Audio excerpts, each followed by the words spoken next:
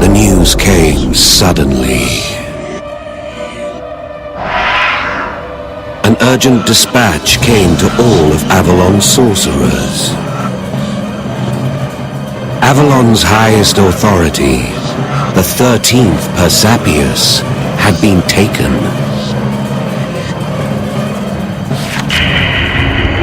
He was said to know every spell and incantation devised by man since time immemorial,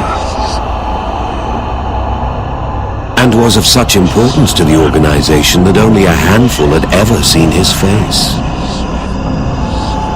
But some unknown captor had found him and bested the heavy guard he kept, employing some kind of powerful illusionary magic. Witnesses reported a sorcerer dressed in red. Some hours after the crime, an ultimatum came from the Order of Grimm. Their demand, the Ars Magica in Totalis. The tome passed on from Persepius to Persepius. The moment I heard Grimm, I began to prepare for the road. My destination, the tavern where Red and I had met. Sorry, but you'll find none called Persepius here.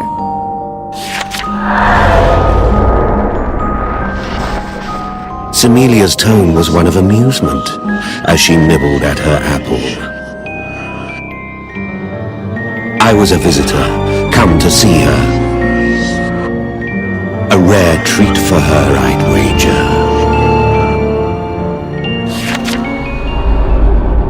Avalon now feared a traitor. Someone inside had loose lips. If you'd had any contact with Grimm, you were a suspect. My own acquaintance with Red had me in a fine pickle. But her troubles eclipsed mine. The assassins would be coming for her soon.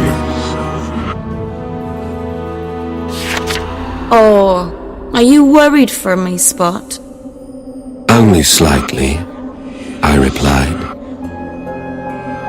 Slightly? She echoed with a smile. It seemed to please her. My questions left her conflicted. All right, just their destination. That was more than enough. I asked if she would be safe. Be very thankful. Came the reply. Then pay me back. Or it's back to my illusions with you.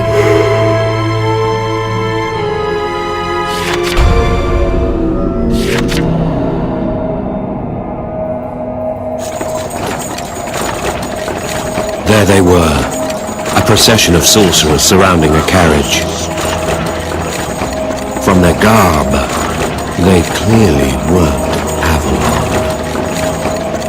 Those were Grimm men. Persepius must be inside the coach. It was exactly as Semelia had said. I chose to observe from afar for now. On the road ahead was a monster. The sorcerer that stepped from the carriage bore an unmistakable air. I knew from Red's description this was Terwin, Hierarch of the Order of Grimm. You there! In the bushes! She extended a beckoning hand in my direction. Surely just watching is no fun. Had she seen? But how? When? I'd been meticulous in concealing myself at a blind angle. Too late to ponder it now, I left cover and approached her. Red Hood. She told me of you. The lack of suspicion she regarded me with spoke volumes. Did she take me for an ally? Or was it the simple confidence that she could crush me at a moment's notice? Or was she trying to recruit me for the Order? Before it was slain, the fiend split the carriage to splinters. Many were injured. From the wreckage, one man rose. Old and bound by an enchantment. That was the first time I saw him. The man who stood at the pinnacle of Avalon. How you've grown, child. He spoke in the tone of a doting grandfather. Needless to say, we bear no blood relation.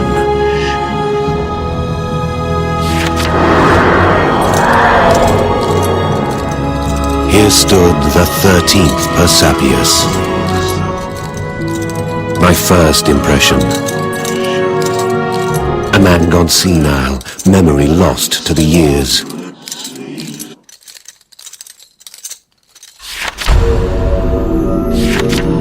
I was surprised as well. Came Terwin's voice from behind me. For this is the true face of Avalon's commander. He never appeared in public. As a result, precious few knew anything about him.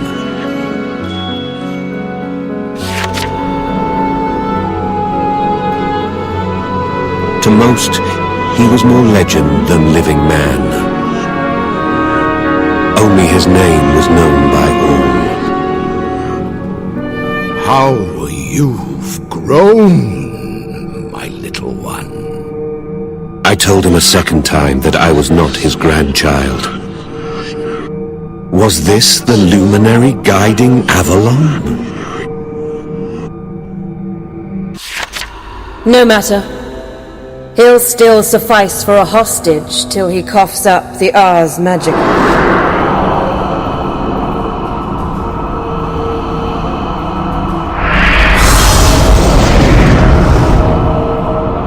Ars Magica in Totalis. A grimoire said to hold every spell ever known to man. The knowledge passed from one Persepius to the next. We have need of a spell to halt time for all the world. It was then the whistling came. Arrows rained from behind. Avalon's assassins had arrived. Or rather, I had brought them. 'Twas folly to think they wouldn't tail a prime suspect like myself. Gravely injured, the assassin made his plea. They had Red, and were offering an exchange. I failed to stifle a groan. For she must have been taken, and just after we parted, by the man sent to shadow me no less.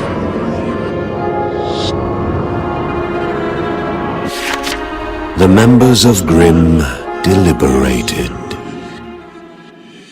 We have ample store of apple shades already. Having persuaded the others, Terwin spoke for the Order. You, tell them they will have no accord. The assassin left, leaving a trail of blood behind him. Red was to be left to her fate then. Our goal is greater than any one of us. The eternal recursion must stop. Terwyn spoke these words to her shaken comrades. Well, so be it. The task falls to me. I'll have to save Semelia myself, poor forgotten creature. And fair enough, I'm responsible in part for her capture. Can't let the girl die before I pay her back. She'd haunt me.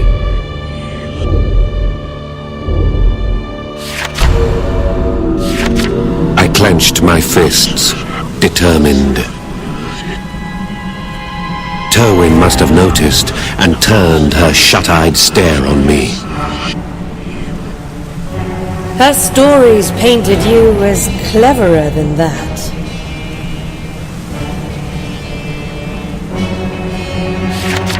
Red was to be executed. I was still suspected by Avalon. Only one solution could solve both problems. Steal back Persepius. You're a strange one, eh? I had felt no presence there.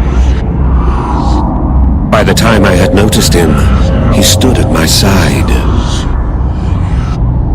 Close your eyes, he said, and the ground began to shake. A sudden gale blew.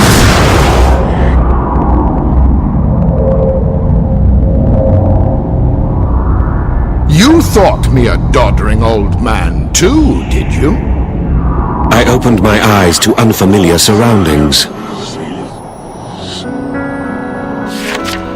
Terwyn and the Order were nowhere in sight. What had happened? I've a good enough grasp of that lot now. No sense in lingering. The wily old goat. Not one of them had seen through his act. He had been able to escape from the very start. In retrospect, the notion that Avalon's head would be so easily taken was preposterous. We'd best be off, eh? Your friend will be waiting for us. I made for Avalon's fortress as fast as I was able. The hours till Red's execution were ticking away. That grim lot prattled on about averting the world's end. He laughed that he wouldn't give the Ars Magica to a dubious cult, even if it were possible.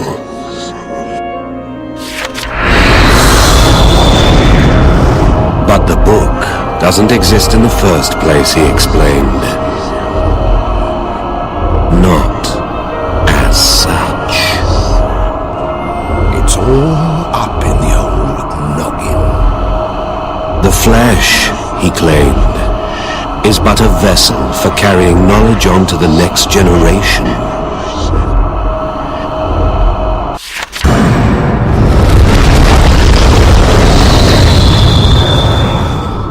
When accepting the mantle, each new Persepius sacrifices his predecessor. In so doing, he claims all of the prior generation's memory. The sum of that knowledge is the Ars Magica in totalis. But such a colossal store taxes the human memory past its limits. The price is his inability to learn without forgetting something else. For you, I'll make an exception. Your name, please? He joked that I should hope he didn't forget anything important in exchange.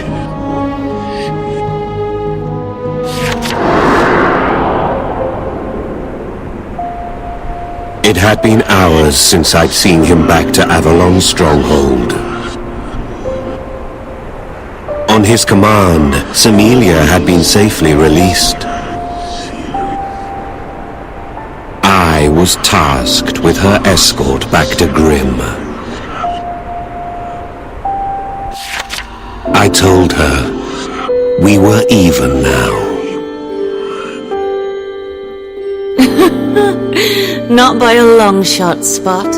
She replied. Just the same, a smile of relief played on her face.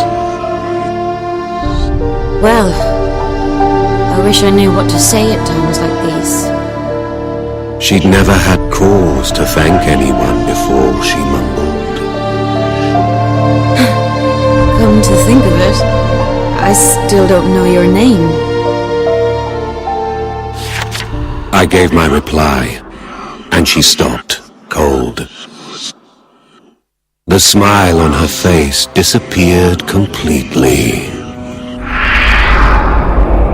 You would think I just heralded the end of the world.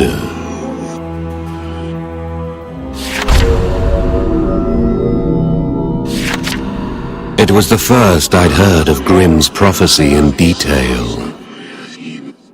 I was left in disbelief. How was my fate related to talk of the world's end? It was some days later I first met Magusar and we began our travels. It was just as Grimm had foreseen. Throughout my journey I received periodic correspondence from Red. One letter in particular stands out in my memory. Have you ever paused to wonder how many times we lived out these lives before? Eternal recursion. The world's come and gone and been made new again. The fact that you exist at all proves his every word beyond doubt. And if he foresaw your coming, then surely. But even before I learnt of this cycle that binds us, I knew this world is, at its core, unfair. I was born to the Red Hood line, a bloodline cursed, even by our fellow druids. Heretical even to heretics. I was always alone. There were times I cursed my fate, my blood. But I would echo these words within my heart, and courage would always come. This is where my story begins. I know you. I know your name well. There is none more sacred to the members of the Order. I expect you find it hard to believe that only your words can echo on beyond the world's destruction and rebirth. But they did. The words that gave me strength were yours. This is where your story begins, you said. I was so happy. Happy to meet the one who had given me those words of salvation. Geoffrey Lebron. If the words you left hold true, you will learn better than any just how cruel this world can be. But please, remember this. The words you left behind hold the seeds of hope. I pray that you will offer them to the next world in turn. Even if the world comes crumbling down around you, remember this.